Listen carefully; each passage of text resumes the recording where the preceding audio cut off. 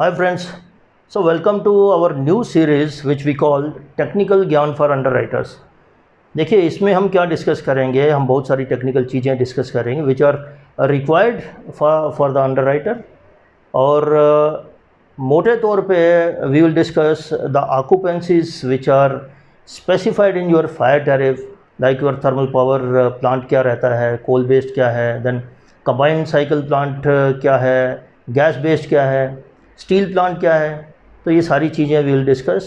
More over we will also discuss risk inspection report बनती कैसे है, how to study it, okay, PML कैसे calculate होता है, देन अबाउट इंजीनियरिंग इंश्योरेंस, उसमें म्यूनिक री की एंडोर्समेंट्स क्या होती हैं, कॉफर डैम क्या होता है, देन वेट रिस्क क्या होता है। तो ये सारी चीज़ें हम we will discuss in this particular series. तो इसको चैनल को सब्सक्राइब करिए। तो ये हमारा ये इसमें हम ट्राई करेंगे कि ये आपका वन पॉइंट सोर्स रहे, आपका जो टेक्निकल जो आपकी एक एपेटाइट है उसको पूरा सर्व करने के लिए, ठीक है। तो आज का जो पर्टिकुलर आज का लेक्चर है basically it is about PML and it is elementary idea of PML. PML means probable maximum loss, ठीक है, ये बहुत लोगों ने सुना होगा, ठीक है। तो इसको हम लेमैन की तरह समझेंगे। We are not going to discuss how PML is calculated as per TAC guidelines, जैसे रिस्क इंजीनियर करते हैं, वो अगर ज़रूरत पड़ी तो will take another session for that.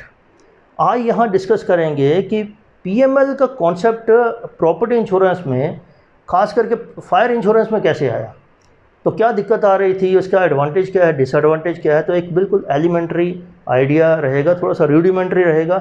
Actual scenario थोड़ा डिफरेंट होता है, तो उसको हम बाद में अगले सेशंस में डिस्कस करेंगे, ठीक है। तो एक सिनेरियो बनाते हैं कि एक ABC इंश्योरेंस कंपनी है, ठीक है, जिसकी अंडरराइटिंग कैपेसिटी कितनी है, 100 करोड़, यानी कि ये किसी भी रिस्क का 100 करोड़ तक का ये ले सकती है, ठीक है। एक एच मोबाइल कंपनी है, ठीक है, जिसका प्लांट है जी नोएडा में, ठीक है। अब इसका कुछ इस तरह से अरेंजमेंट है।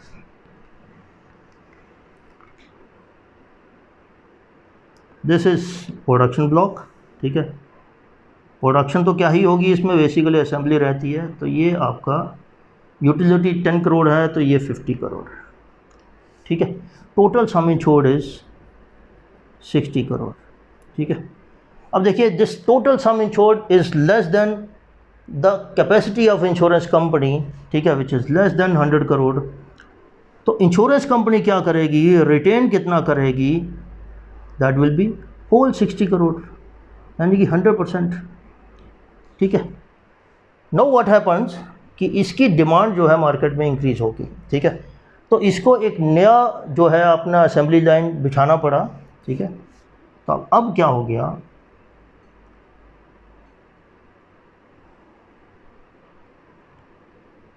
सेम प्लॉट पे इसने एक बड़ी असेंबली लाइन लगा दी।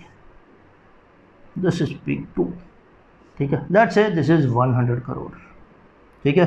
ये 50 करोड़ था, ये स्मॉलर ये असेंबली लाइन थी, ये बड़ी है, ठीक है। तो प्रोपोर्शनेटली अगर मैं इसका इंक्रीज़ कर दूँ, ठीक है, तो लेट्स से 20 करोड़ हो गया। प्रोपोर्शनलिटी नहीं भी हो चलेगा। यूटिलिटीज़, दीज आर यूटिलिटीज़ का मतलब पावर प्लांट चाहिए, डीजी सेट चाहिए, ठीक है, ये सारी चीज़ें चाहिए, पानी चाहिए उसमें, ठीक है। तो ये सारी चीज़ें यूटिलिटीज़ में आती हैं, ओके। अब इस केस में क्या करेगा, देखिए इस केस में टोटल सम इंश्योर्ड क्या है, 50 + 100 150 170 करोड़, ठीक है। अब 170 करोड़ है, इसकी कैपेसिटी तो कितनी है, 100 करोड़। तो ये कितना रिटेन करेगा, he will retain, the insurance company will retain only 100 crore. Balance का क्या होगा, बैलेंस का क्या अरेंजमेंट रहता है, दो ऑप्शंस हैं, it can go to coinsurer और it can go to reinsurer, ठीक है। तो लेट्स से मैं बोलता हूँ कि ये इट इज़ री इंश्योर्ड। तो री इंश्योरर को कितना देना पड़ेगा, 70 करोड़। इट मीन्स 70 करोड़ का प्रीमियम जो है it has to be given to the reinsurer, ठीक है, ओके।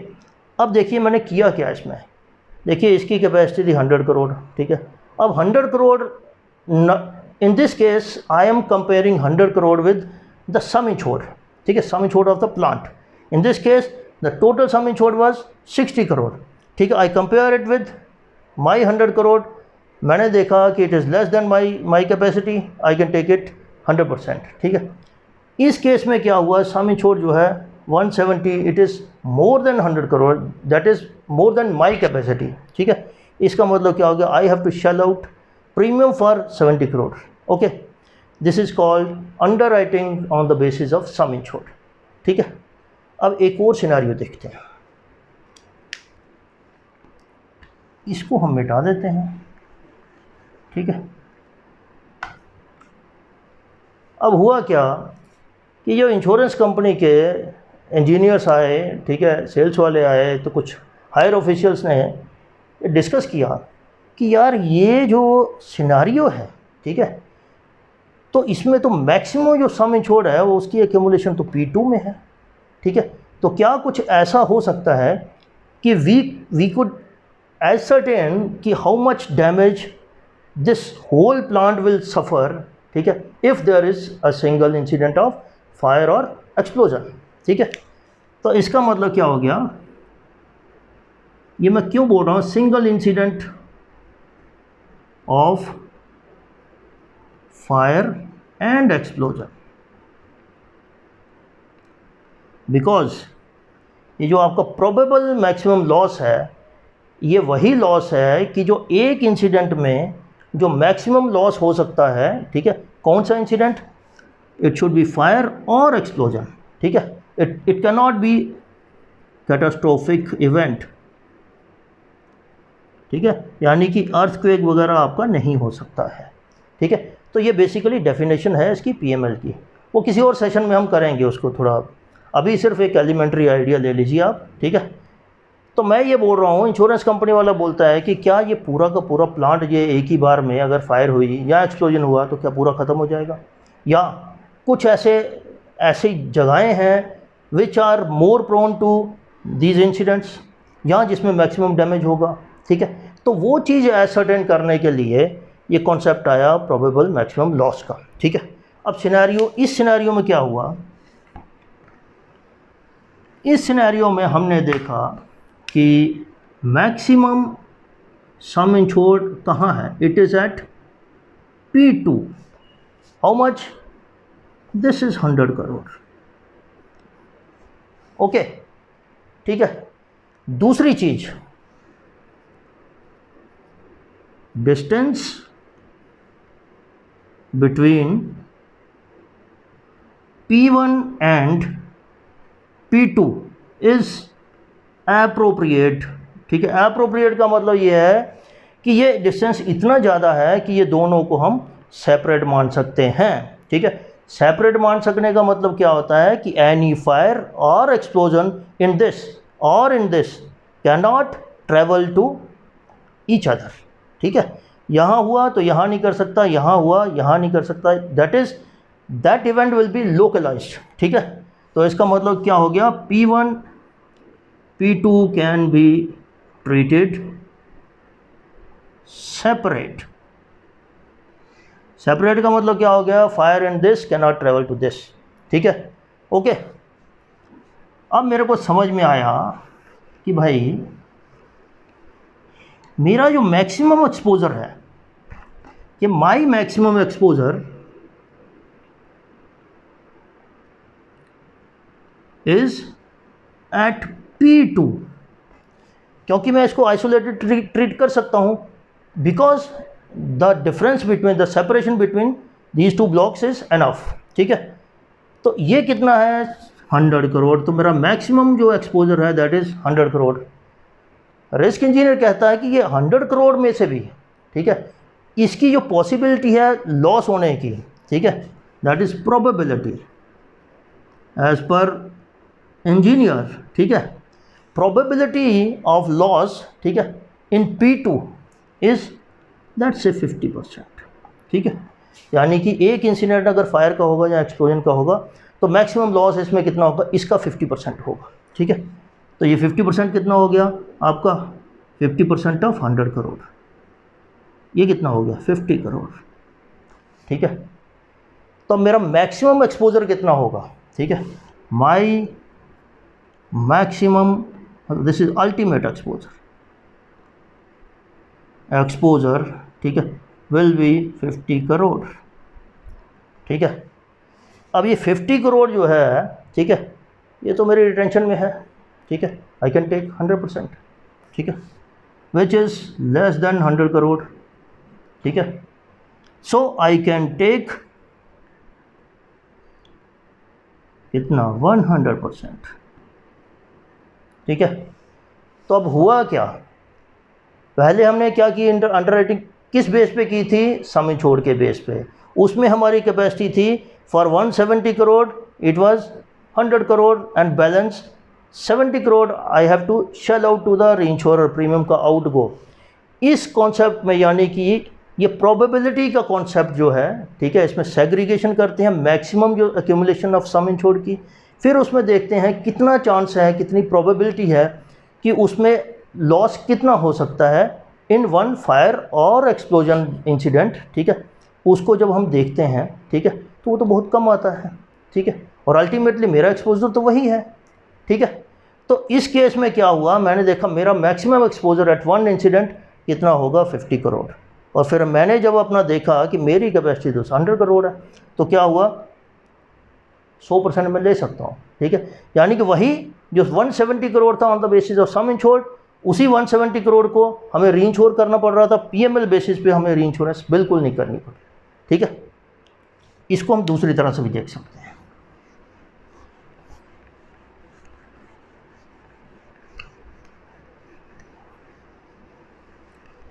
उससे क्लियर हो जाएगा। एबीसी इंश्योरेंस कंपनी है, 100 करोड़ तक सम इंश्योर्ड ले सकती है। कोई भी एक्स इंश्योरेंस कंपनी है, ठीक है, उसका सम इंश्योर्ड लेट से 100 करोड़ है, ठीक है, 200 करोड़ है, 300, इसको लेट से 400 करोड़, ठीक है। पीएमएल, ठीक है, ये माई कैपेसिटी तो इंश्योरेंस, ठीक है। तो अगर ये 400 करोड़ है सम इंश्योर्ड, ठीक है, इसका पीएमएल है अगर 50%, 50% कितना है, 200 करोड़, ठीक है। ओके, मैं डिटेल में नहीं जा रहा कि इसके कितने ब्लॉक्स होंगे, किस ब्लॉक का मैक्सिमम एक्सपोजर होगा, मैं जस्ट एक रफ आइडिया दे रहा हूँ कि पीएमएल वर्क कैसे करता है, ठीक है। मेरी कैपेसिटी कितनी है, 100, ठीक है। तो मेरी रिटेंशन कितना होगा, यहाँ मैं रिटेंशन लिख देता हूँ, रिटेंशन, ठीक है, कितना है, 100 करोड़। बैलेंस कितना देना पड़ेगा मेरे को, रीइंश्योरर को 100 करोड़, ठीक है। अगर यही पीएमएल जो है मेरा 40% है, सम इंश्योर्ड सेम, तो पीएमएल कितना हो जाएगा आपका, 160 करोड़, ठीक है। देखिए PML is my maximum exposure, ठीक है। तो मैं कितना ले सकता हूँ, 100 करोड़, 60 करोड़ मेरे को बाहर देना पड़ेगा। यही अगर मेरा 25% है विच इज़ 100 करोड़, ठीक है, तो ये मैं पूरा दूंगा, ठीक है। तब इसमें हो क्या रहा है, इसमें हो ये रहा है कि as the PML gets reduced, ठीक है, आपकी कैपेसिटी जो है बढ़ रही है, ठीक है। इसको मैं दूसरे तरीके से भी कर सकता, देखो यहाँ क्या है ना, आपकी जो रिटेंशन जो है, ठीक है, वो इंक्रीज़ हो रही है, बाहर आपका आउटगो कम हो रहा है, ठीक है। मैंने पीएमएल 50 किया, ऑल्दो इट इज़ 100 करोड़, ठीक है, लेकिन क्या है आपके पास जो है, जो प्रीमियम रिटेंशन है वो तो ज़्यादा ही है इस केस में, देखो ना, ठीक है, 40% है, ठीक है। तो आपका मैक्सिमम एक्सपोजर जो है 160 करोड़ है, तो यहाँ आप 100 ऑफ 160 कर रहे हो, ठीक है, या 100 ऑफ 200 कर रहे हो, या 100 ऑफ 100 कर रहे हो, ठीक है। तो अल्टीमेटली आपकी कैपेसिटी जो है वो बढ़ रही है। इसको दूसरे तरीके से भी किया जा सकता है।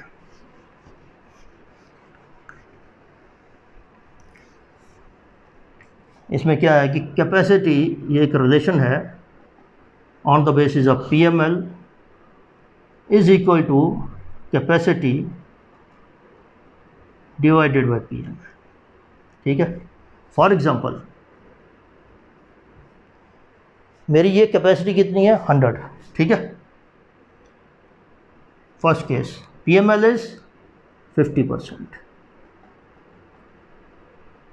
इस केस में capacity on the basis of PML मेरी क्या हो जाएगी, 100 डिवाइडेड बाई 50% इंटू 100, ठीक है। यानी कि मैं ये रिस्क जिसकी जो PML है 50% है, मैं 200 करोड़ तक का लिख सकता हूँ, ठीक है। सेकेंड 25% है अगर किसी का PML, तो मेरी कैपेसिटी कितनी हो जाएगी, 100 अपॉन 400 करोड़, ठीक है। तो अब इसमें देखा क्या, अगर ये, अच्छा एक और केस लेते हैं, लेट्स से